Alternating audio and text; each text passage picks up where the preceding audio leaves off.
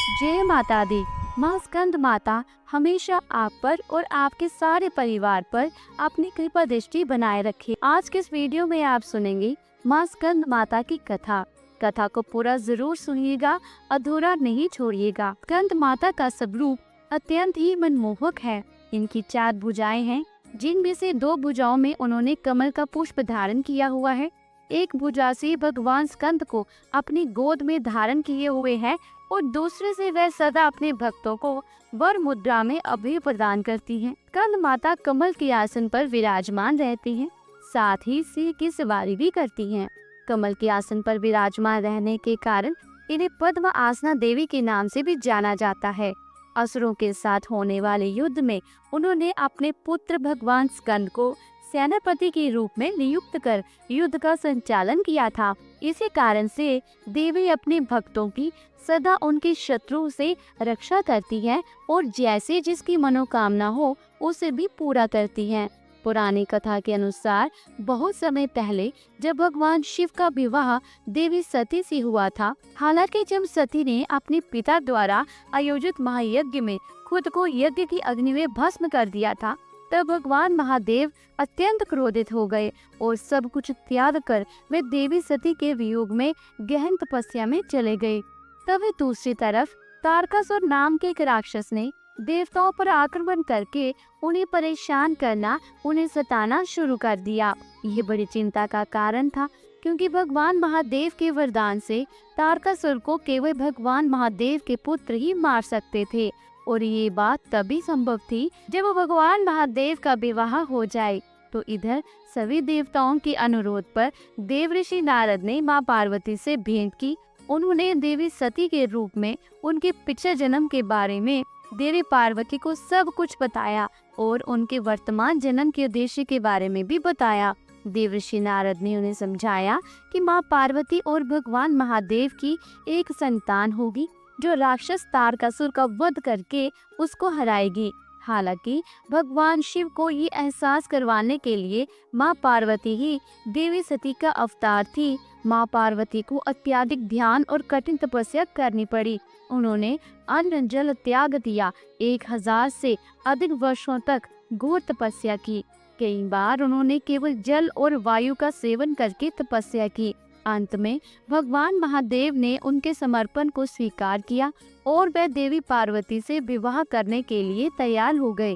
जब भगवान महादेव की ऊर्जा माँ पार्वती जी के साथ संयुक्त हुई तो एक उग्र बीज उत्पन्न हुआ। हालांकि वह उग्र बीज इतना गर्म था कि अग्नि के देवता भी इसे छू पाने में असमर्थ थे। उन्होंने इसे गंगा जी को सौंप दिया, जिन्होंने इस बीज को सुरक्षित रूप से संभाला और रीडो के जंगल में बो दिया, जहाँ पर 6 बहनों द्वारा उस बीज की देखभाल की गई, जिन्हें कृतिका माता के रूप में जाना जाता था। समय के साथ उग्र बीज एक बच्चे के रूप में बदल गया। क्योंकि कृतिका ने उनकी देखभाल की थी, इसलिए उस बच्चे को भगवान कार्तिकेय के रूप में जाना जाने लगा। जल्द ही भगवान कार्तिकेय को देवताओं की सेना का सेनापति बनाया गया और उन्हें तारकासुर को हराने के लिए विशेष अस्त्र शस्त्र प्रदान किए गए। कार्तिकेय जी ने अर्थात स्कंद भगवान ने तब तारकासुर के साथ एक भयंकर युद्ध किया और अंत में तारकासुर राक्षस को मार डाला और इस प्रकार उन्होंने देवों के अधिकार फिर से उन्हें वापस प्रदान किए।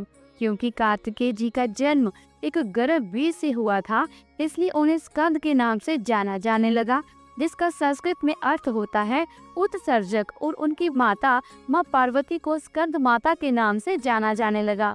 देवी स्कंद माता की ये कथा माँ और पुत्र के रिश्ते का भी प्रतीक मानी जाती है। जब भी भक्त स्कंद माता की पूजा करते हैं तो उनकी गोद में विराजमान उनके पुत्र भगवान स्कंद की अपने आप ही पूजा हो जाती है।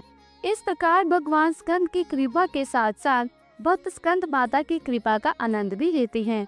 अगर कोई भक्त बिना स्वार्थ की उनकी पूजा करता है, बिना किसी कामना को मन में रखकर पूजा करता है, तो देवी स्कंद माता एक सच्ची माँ की तरह उन्हें शक्ति और समृद्धि का आशीर्वाद तो देती ही है, साथ ही सदा उनकी रक्षा भी करती हैं।